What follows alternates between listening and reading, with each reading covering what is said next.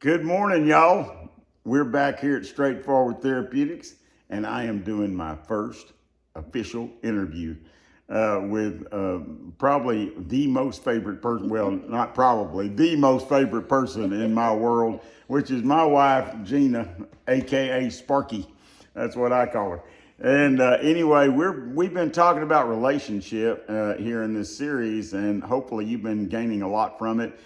Relationship, as I've said already every time, is the most important thing on the planet in my book. Basically, first your relationship with God, then your relationship with your family and those people around you. Jesus said, love the Lord your God with all your heart, your soul, your mind, your strength, and love your neighbor as yourself. And so when we're in good relationship with others, we can be in good relationship with God.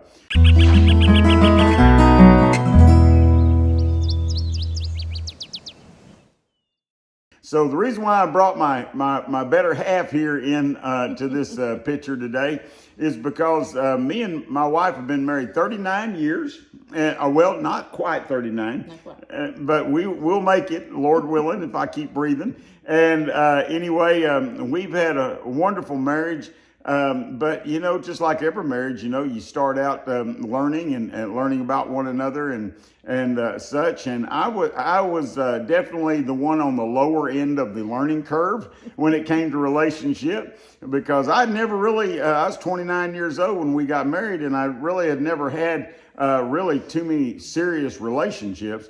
And but my wife, on the other hand, she was a student of friendship and relationship. And I remember when we first got married, a funny story, we were living pretty much hand to mouth back in those days. Finances were very lean. And my wife would be going out to the drugstore and buying birthday cards for all her friends. And I was like, man, we can't afford to keep buying these birthday cards. Everybody's got to be born on some day. It's not that big a deal. But I wanted to kind of get her inside a little bit today on relationship, because she's got a whole wall full of books that talk about it. So Gina, first question I'd really like to ask is like I said, when we first met, it was obvious that you held friendship and relationship in very high regard. And like how did that come about? Why was that something that was so meaningful to you? Well, I guess partly being a missionary's kid and, moving some and not being in a location where you had friends that you saw daily and stuff. And so, it was kind of intrigued me, because you see a lot of times people have friends, but they're best buds today, and tomorrow they're talking about each other and just at each other. And so I was like, I want to find out how. I want to be a good friend. I want to be a person that others can depend on and know that I've got their back, and that they depend on me. So, like when we got together, you had a good idea of what a solid relationship looks like and what you wanted it to be like. And I know that, as I mentioned previously, I just got saved about 2 months prior to meeting Gina. And so I was in a huge learning stage in my life. I had never really been responsible. I had not really been very, involved with anybody on a long-term basis. And so I want you to be real honest here, okay? So what do you feel like was like just starting out in marriage and trying to make that relationship like you wanted it to be? What do you feel like was like the biggest challenge as far as just dealing with me personally? I know we made it our point to put God in the center of our relationship. Was the best thing you can possibly do. If you ever want to have a successful marriage or relationship, you got to have God as the head.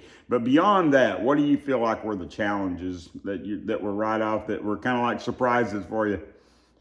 I think part of it was because, as you said, you were street smart, you know, because you've been on the streets, and but learning how to really value people and value your relationship and invest in those relationships where, you know, it wasn't just, you know, if you got something from them, good, you know, you like being around them, good, but it's like, you know, this is a reciprocatory relationship, you know, and a lot of times what you put into it is what you're going to get out of it.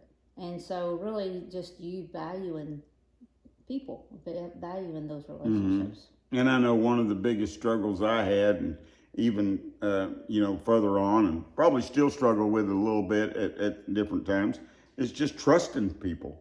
You know, having a, you know, relationship is based on trust. And I remember one time years ago when I was pastoring, and, you know, you asked me a question one time that was very meaningful. We were just, I think we were getting ready to take a nap or something. We were just laying on the bed in the afternoon, and you looked at me and asked me, "Do you love yourself?" And I thought, man, I don't really think I do love myself. And so one of the things you said was, you can't love others if you don't love yourself. And that's really true. And, you know, a lot of times our relationships that we're trying to form, or if we struggle in our relationships, maybe a good place to start with that is, you know, looking at ourselves and just asking ourselves, what kind of relationship do we have with ourselves? You know, do we see ourselves as valuable? Do we see ourselves as someone who's meaningful, who has purpose in the world, who's made in the image of God, who is, you know, who has worth? And, you know, if we don't see ourselves like that, man, it's really hard to value other people.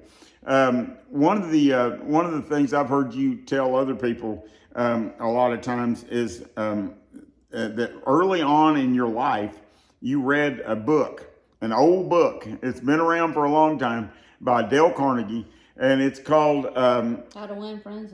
How to Win Friends and Influence People. Talk about that a little bit. What did you learn from that, and would you still recommend that book? Oh, definitely. Well, it's been a while since I read it, but one of the things I remember is, you know, remembering people's names. They say the sweetest sound to a person is the sound of their own name, somebody else, you know, remembering their name.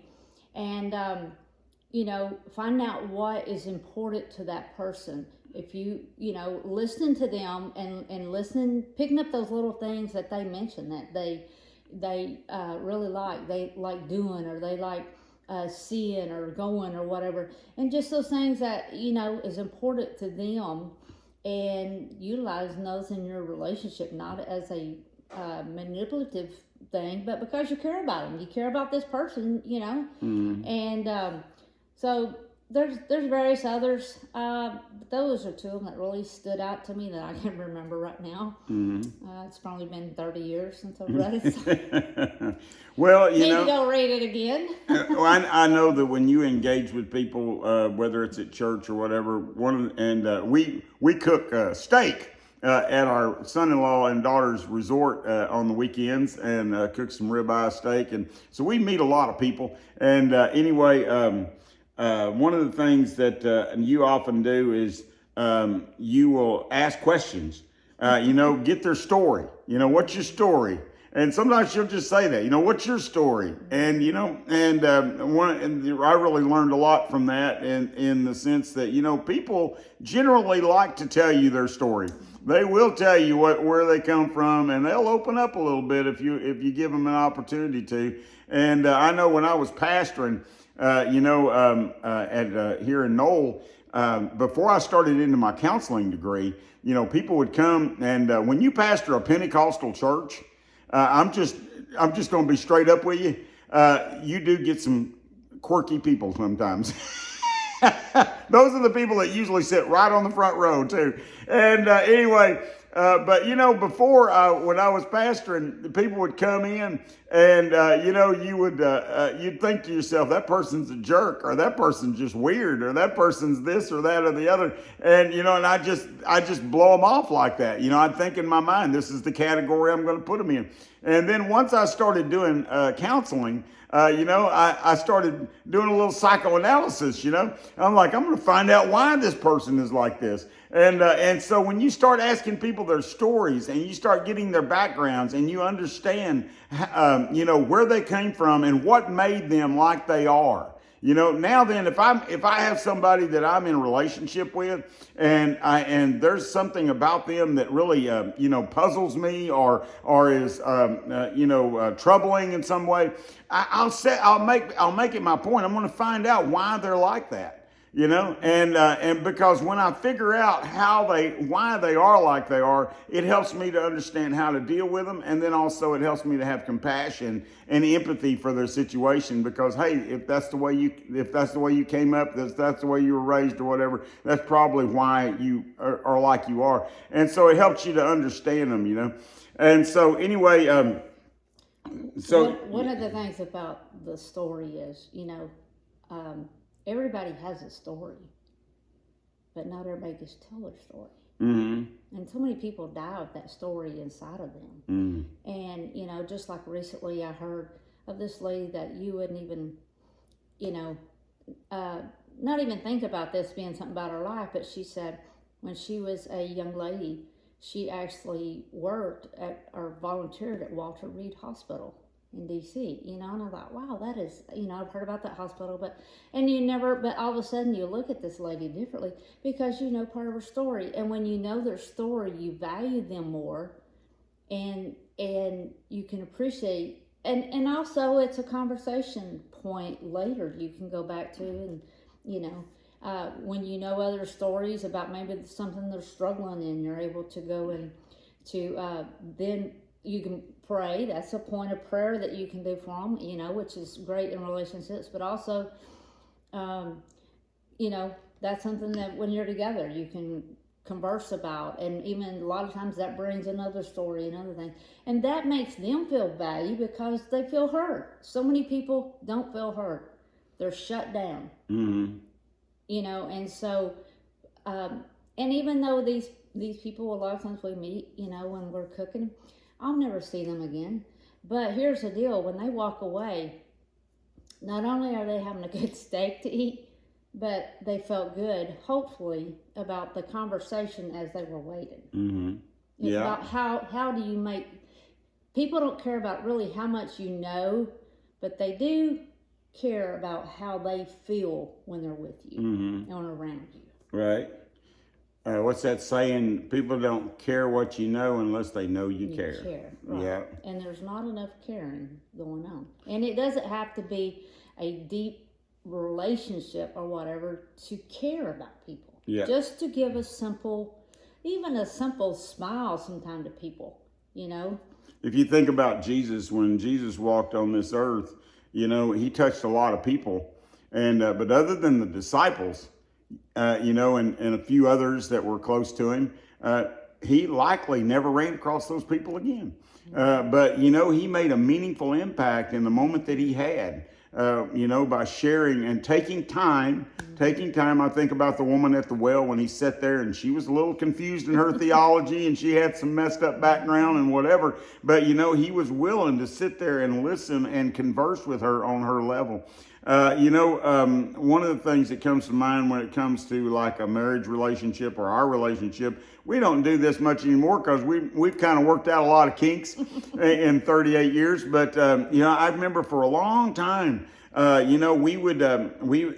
sometimes it would happen about maybe every 6 or 8 months or something like that. And we would have one of those conversations where, we're just in the bedroom with the door shut, sitting on the edge of the bed and really opening up and telling each other, this is what bothers me. This is what is going on. This is what, I wish you would work on, blah, blah, blah. And it was both ways, like we would share with one another. And a lot of times those conversations involve some tears and some heart searching. But you know what? It was good because, it helped me to see myself in the light that she sees me in. Because we have a certain perspective that we look at things and we think, well, this is the way everybody sees me. And, and generally that's really not true. We don't really see ourselves, and people don't see us in the same light that we see ourselves a lot of times. And so I know, if you were this is a person who gives a lot of advice. Don't you think that there's relationships comes easier to some people than others?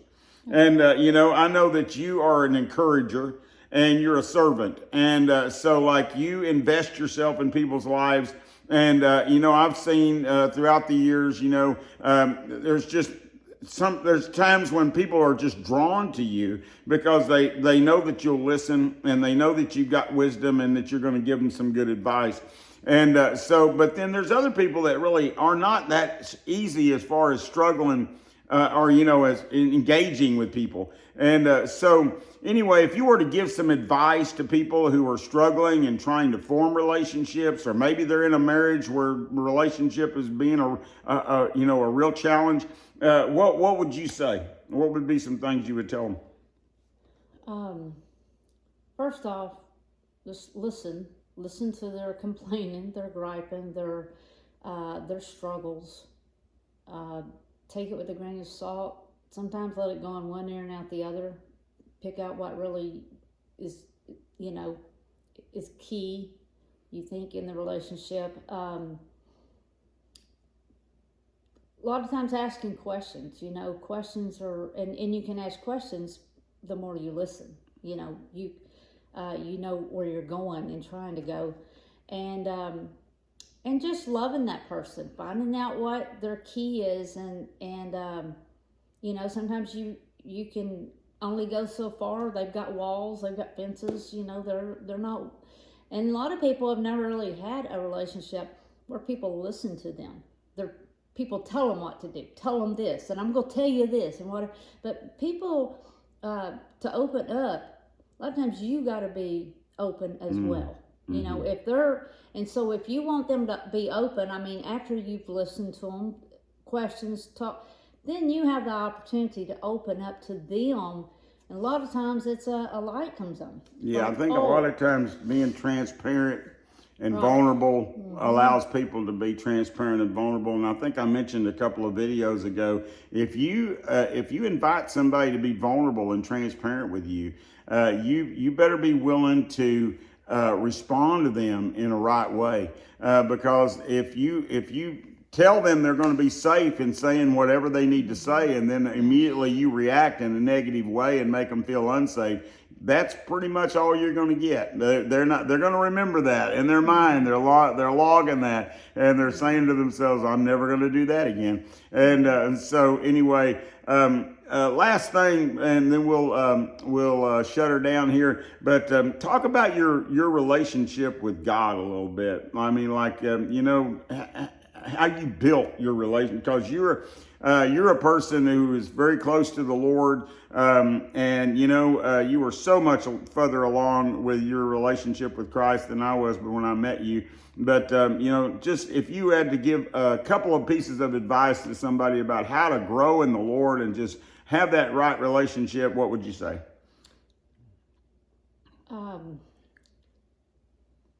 Just as any relationship, it takes time and experiences, things that you go through. And I became a Christian when I was 8 years old. I was raised up Christian home my whole life, but realized at 8 years old that I needed Jesus for me. And really a relationship of just learning to trust. As I look at my relationship now, it's my Heavenly Father. Just as my earthly father, I trusted him. And it's built over just so many little things. I think as I'm out doing things, and many times I'm kind of a problem solver, and I don't always have the answers. And sometimes I'll look and say, "Lord, what do I need to do with this?" I don't wonder if the Lord's going to speak to me. I know the Lord will, and just it's like this, that, you need to do this first. And, and I catch myself many times, Lord, I need you to help me with this, Lord. And as soon as he does, I always say, thank you, Lord. Thank you, Lord, for helping me with this. Mm-hmm. And it keeps me aware of that relationship. It's a constant. It's an ongoing. Every moment, every waking moment, when I wake up, when I go to sleep, it is and it has to just be built. And listening to the Lord. There's times that the Lord has spoke to me something, and I'm like, was that me? No, that wouldn't have been you. You're not that smart, or you're not that insightful. That was God. Yeah. You need to go pray for some, you need to go, and that relationship is built too as you obey. Just as a relationship with a child and your parent, the parent, obedience is so important in that relationship. And I think that's so important with me. And I know the Lord has times asked me to do things. I mean, one of the hardest things is to go and to ask somebody to forgive you when you're not the one that offended. You were offended against, but God, I want you to go. That's hard. But that's part of why I feel my relationship is where it is today, because God knows that when he needs me to do what I need to do, or he needs me to do. Dallas Willard talked about a lot about being in conversational fellowship with the Trinity. And, he was a firm believer that we should listen to God, that we should hear God, but we should also be in conversation with him. And so just like any relationship, you have to build it. You got to work it. You got to be aware of it. You can't be self-focused. You got to be selfless, not selfish. And so I really enjoyed our time, and I'm sure you'll see Sparky again in some future video. But we hope that you've gained some insight and some encouragement from this video today. Remember, we are Straightforward Therapeutics. We are straight because we're laser focused, right? And we're forward because that's the only way to make progress. And we are shooting for what? Progress, not perfection. Progress, not perfection. That's right. So every day, move the football a little closer to the goal line, will you? And so anyway, I will see you next time. God bless y'all.